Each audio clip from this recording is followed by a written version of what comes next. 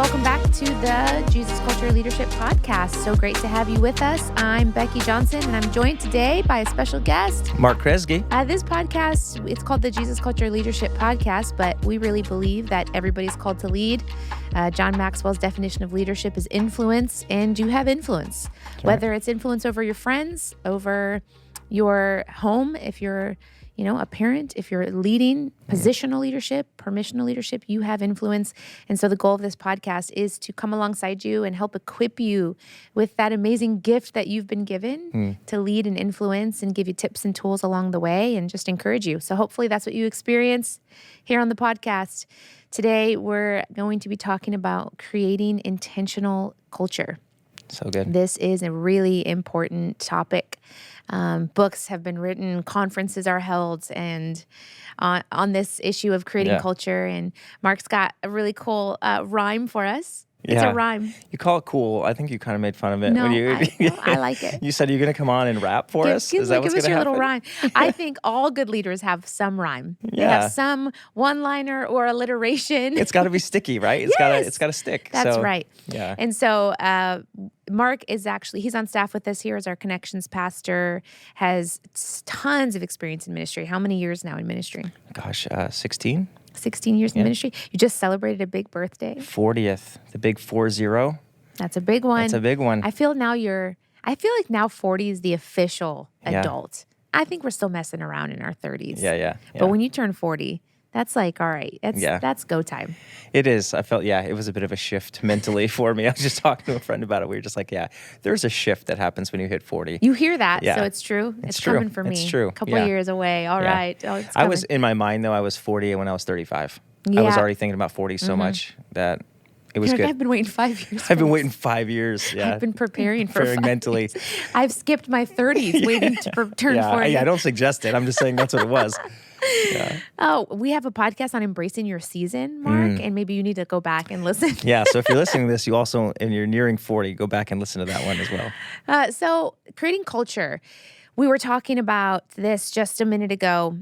Culture is, let's define culture. Yeah, culture, as we talk about, it's paramount. It is, I can't remember who says this, but they say basically that culture eats vision for breakfast. You could have the most life-changing vision in the world, but if you don't have an appropriate culture to carry vision actually never comes to pass, right? That's I like that. Culture eats vision for breakfast. For breakfast. Dang, and that's so intense. It was probably Maxwell. Probably. I take credit for it now. But if you say it 3 times, then it's yours. Now it's mine, as I always say. So culture is, it's the environment, it's the core values. It's the set of behaviors. The behaviors that are happening.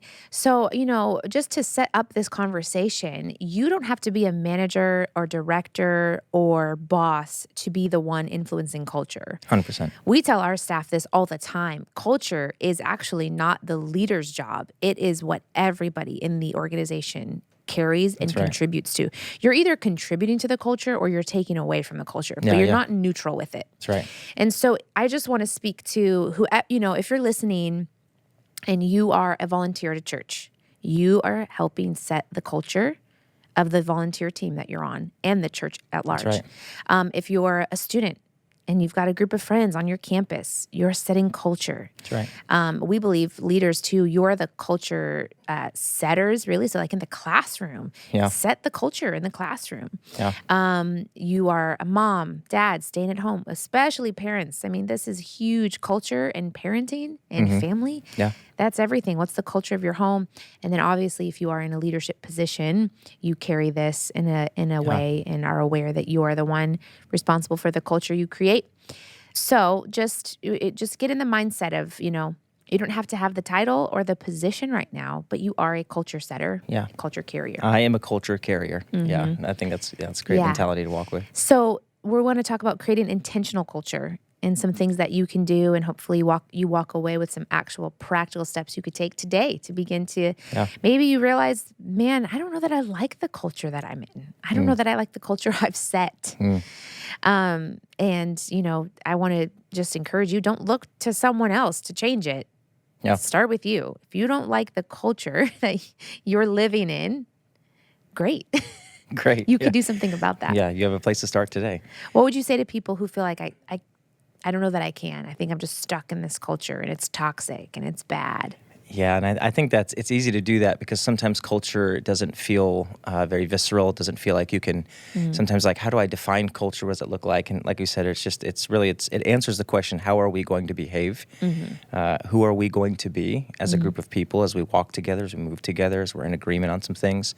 And I even just say, to your point, I think John Maxwell says this, that it actually requires the leader of a team and the team itself. Yeah. To come together with culture if they're going to be successful. That's good. It's not just the leader of an organization, but it's everyone's job to set and carry culture. So yeah, I think, in whatever context you do find yourself as a leader, as an influencer of others, these 4 principles I feel like I've picked up from leaders along the way has helped me. It's put some handlebars on how to really build culture and be a part of that. And so really the 4 principles are this: one is communication. Is that you have to say what you want to see take place, that you want to be someone who leads with clarity. Hold on, I'm going to stop you. I want you to say your rhyme first. Say the 4. Say the 4. Okay. I envision people take notes on our podcast. Yeah, I know. They're so Right now studious. I see it. Their books are open, Absolutely. Things are happening. So say the 4, and then we'll talk about each one. So communication, you have to say what you want to see. Demonstration, you have to be what you want to see. Toleration, you have to defend what you want to see. Celebration, celebrate what you want to see. There you go. There it is. There is that's rapped. an alliteration you just rapped. There it is. Mark's freestyle. Okay, so communication, say what you want to see. So these are the 4 tips of creating intentional culture. Yes. And the first is to say what you want to see. Let's unpack that.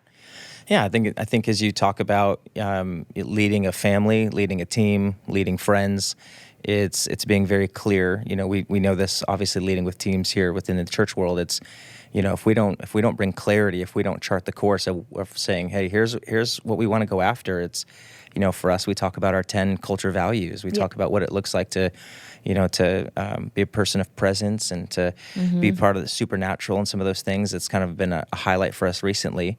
If we never communicate that, if we never clearly state, hey, this is the culture we're building in this season right now, it's actually really difficult for people to join in with you, right? Yeah. So as a leader, vision leaks. And so I think it's important that you have to lead with clarity by saying, this is what we're going after. We will be a people of God's presence. Yeah. And this is a value for us. I think what trips a lot of people up, that part about communicate and just say what you want to see, is I think sometimes we can be guilty of expecting people to read our minds. Totally.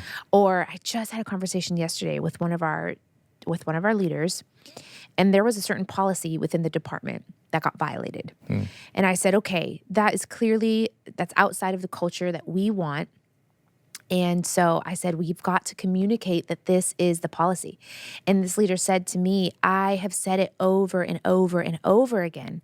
And it was just a great learning moment where I said, well, maybe what you think you're over communicating is actually not being, because clearly the message isn't getting down. This leader was so frustrated, but I've said it over and over and over.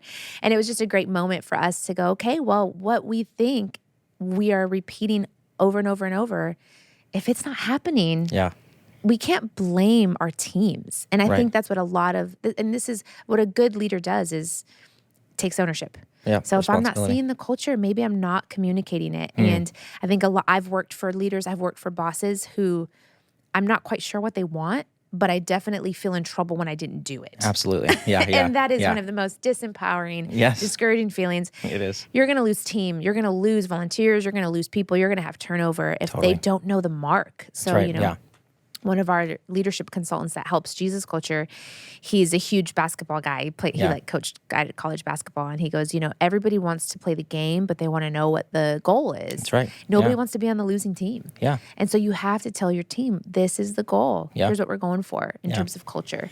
Absolutely. And I find a lot of people, they do think they're communicating it enough, and they're actually not. Yeah. Sometimes people feel, I'm communicating this all the time. I would challenge people to actually look back and evaluate, do some internal audit. How often are you doing it? How intentional are you? What is kind of some language I like to use is, what is your culture engine? Like what if you're a pastor, it's, maybe it's Sunday morning, it's a staff meeting, maybe it's a date night with whatever it is. It's like somewhere you have an engine to establish culture. Yeah. And so I would say, like, where are you communicating very intentionally? Because we all know, a lot of times leaders think they're casting the vision, they're casting the right direction. They think they're communicating clearly a lot. And many times when we really do an audit, We're not as many times as we think. And the other side of it is communication is not the only way to create culture. I think that's the other thing. Yep. I've said this a million times. Right. How come this isn't happening? Well, it's because you don't just communicate, you have to actually demonstrate. There you go. And perfect lead into the next. I mean, I don't know. Yeah. It's perfect. Yep. So you have to be what you want to see. I think this is, as a leader, as someone who's influencing an environment, moral authority really matters. If you don't lead by example, your words are empty. Your statements and taglines are empty. Absolutely. And a lot of we could use examples of we all have bad leadership experiences. Like we've all worked for, under, or served that person where you're like, so let's, a practical example is if you want a punctual culture. Right. I have worked for leaders that exempt themselves from that. And because I'm at the top, I can be late. Yeah. It's horrible. 100%. And it's in corporate environments, it's in church environments, it's also in home. My son the other day, a few weeks ago, he was like getting dressed or getting changed for something, and he as he's getting changed, he just kind of throws his clothes over in the corner, right next to the hamper, but he doesn't throw them in the hamper. And I've told him 100 times, Jude, like I've told you, hey, this is where you throw your clothes. And so I said, hey, I go to correct him, and he goes, well, you don't. And that's and so nothing will humble you. And he's right. Like sometimes, I don't know, it's a bad habit, but sometimes I just throw stuff in the corner of my room or whatever. And it's like, it's the perfect example of like, I can tell you 100 times, but people are going to do what you do more than what you say. Yeah. And I think it's actually coming to that reality of, again, if it's family or whatever, you're going, oh, if I don't demonstrate what I want to see, it's actually never really going to take root in a group of people. Yeah.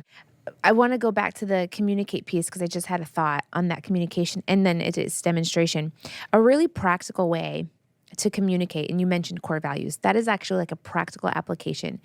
To communicate the culture you want is by using core values. Absolutely. We do core values in our family. We took it, we have core values at church and so and our staff. And what we tell our staff is, here is the expectation. Here's the 10 things that we value the most. Mm-hmm. Here's what defines our culture. It's these 10 core values. What happens when you communicate that is when people begin to act outside of those core values, you have something to hold them accountable to. Absolutely. Because, when you're in undefined cultures and someone starts to act weird or a way that you don't like, it's really hard to confront the behavior if the expectation hasn't been communicated. That's right. So, hey, you're acting, hey, you're not on time. Well, no one said I have to be. Right. And you're not. Yeah. So when you have those core values, we do it in our family too. We sat our kids down and we said, all right, what are the core values going to be of the Johnson household? One of the things is, I don't know, mom shouldn't have to ask more than once. Well, we're working on that core value. But now it's been communicated. Yeah. So when the kids, when I'm having to ask a second and third and fourth time, Derek will say, my husband, hey guys, how many times should mom have to ask? And that is the core value. We've set the expectation and everybody agreed to it and it's been communicated. And so now we know. And so I think when you set those core values, it's and all great companies have, they have their core values, and we could talk a whole podcast on how do you set core values and how many is too many and where do they come from? But set your core values. We would tell young people in young adults ministry, you should have core values for your life. Right. And Danny Silk says that core values are the rudder of the ship.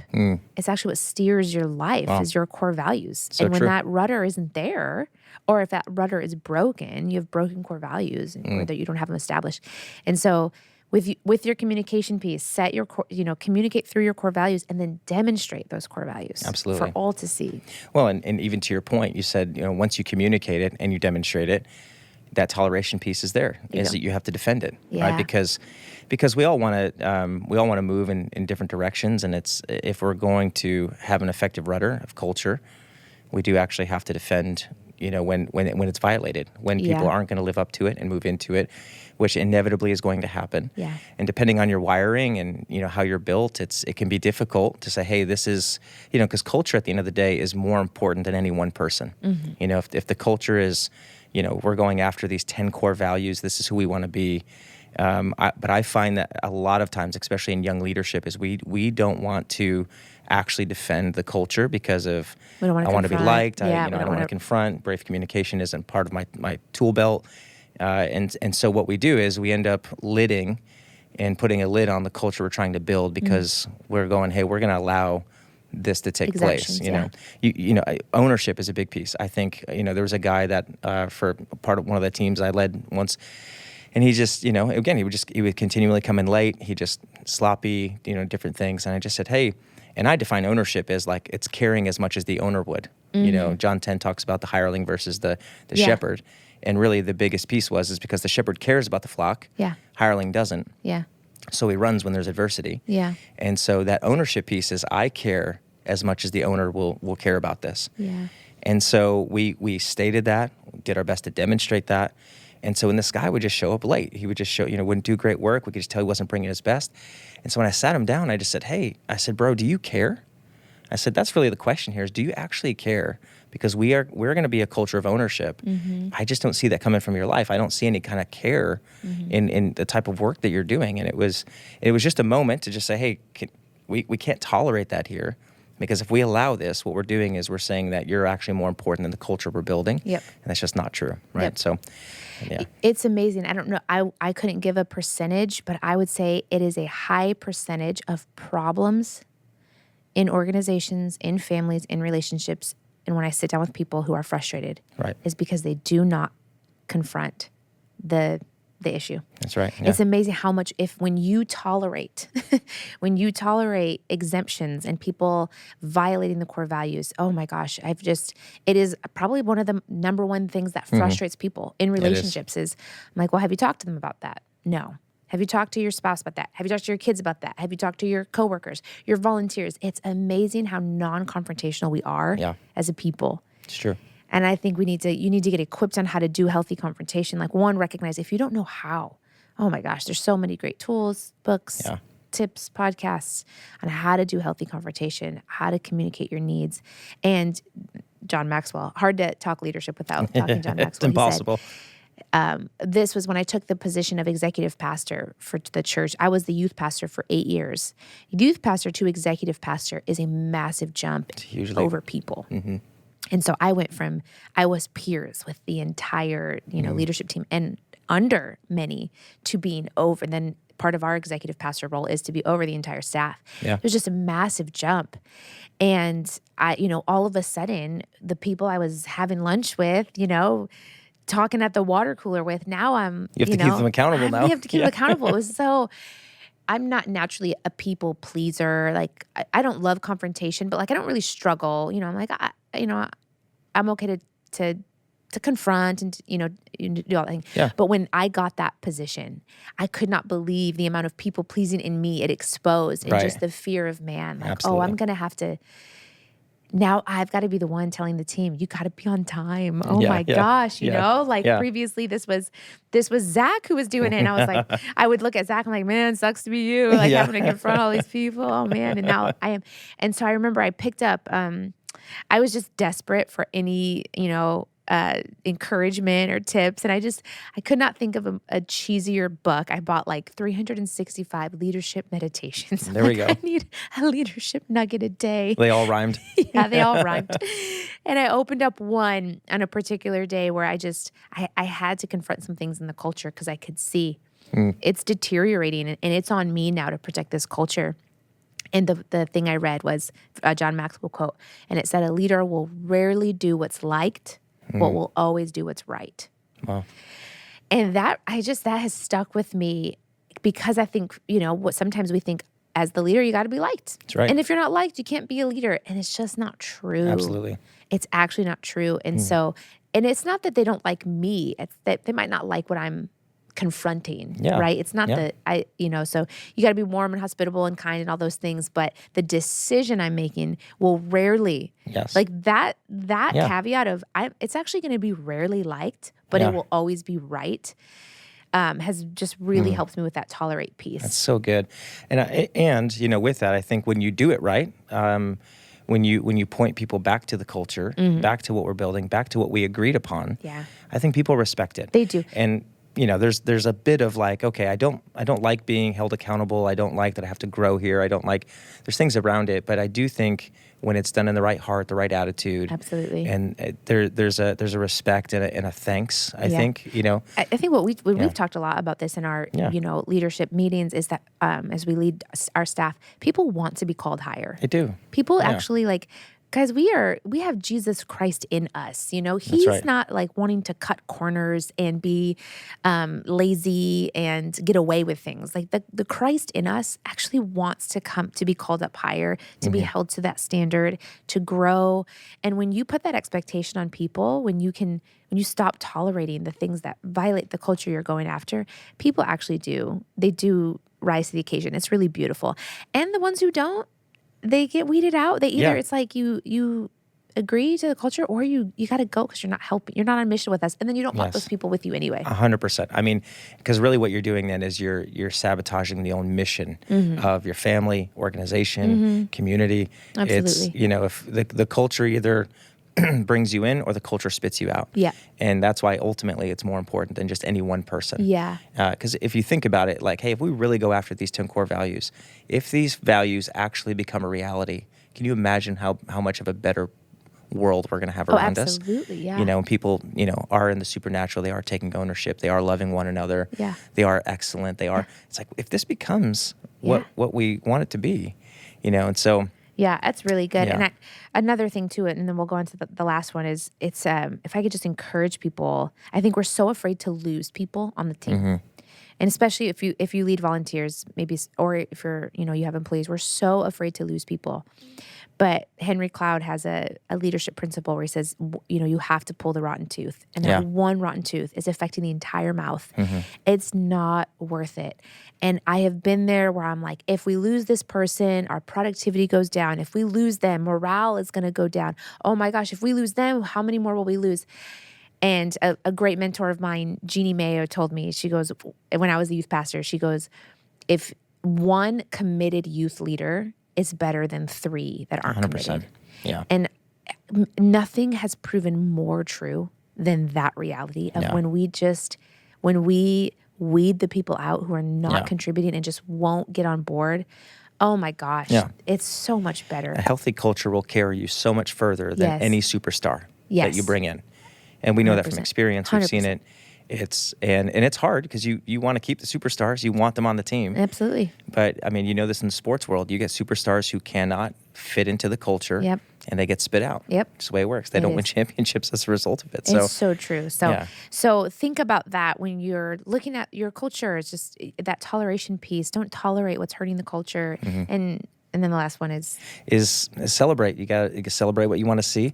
And for certain personalities, like I'm Mr. Positivity, I've actually had to grow in the toleration piece over the years just by discipline, confrontation, some of those things.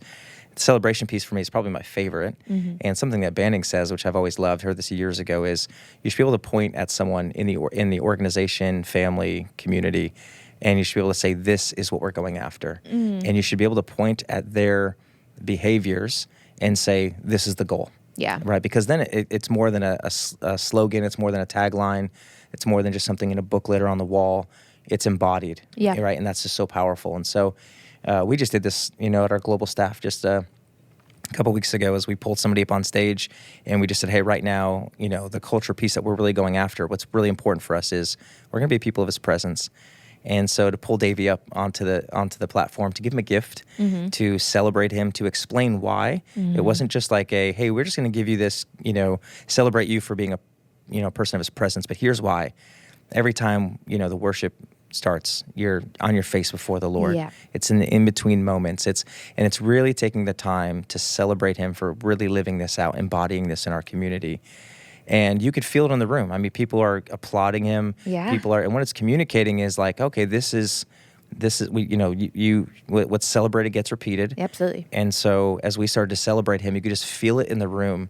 People were talking about it. It's probably one of my favorite pieces. Is the celebration piece. And I don't think if you're a parent, I mean, that's probably the best parenting advice that we're focusing on right now is the positive reinforcement. Yeah. My husband and I are watching this parenting course she said, oh my gosh, it convicted me 2 hours ago. I listened to it. She said, we are so programmed to punish. And I thought, oh my gosh. That's so true.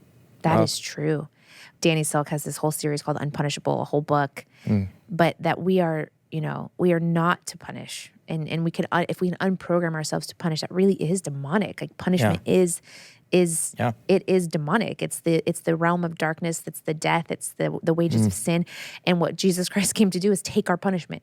Yeah. So she was like, who are you to punish your children when Christ has taken all punishment?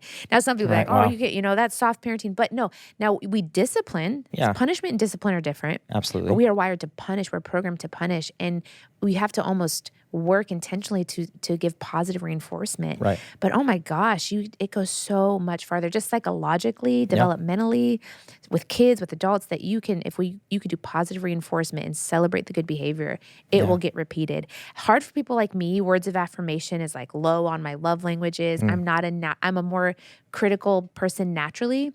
And so when I see something positive, internally, I'm like, that's awesome. They should keep doing it. Yeah. And so another, our leadership consultant guy that's helped us has given us a phrase we use at Jesus Culture all the time. If you think it twice, say it. Right. And he really helped me. He said, Becky, you're so much more positive than you realize. You've just not learned to be external with it. Right. Because of the environment I grew up in and my natural wiring, I've got some things working against my external positivity. But he goes, but you will realize once you start, if you think it twice, say it. He said, you will be amazed actually at how much you'll celebrate people. And it's true. I find myself like, oh, I've thought that twice. And so I'm just affirming people so much more than I would think that I would.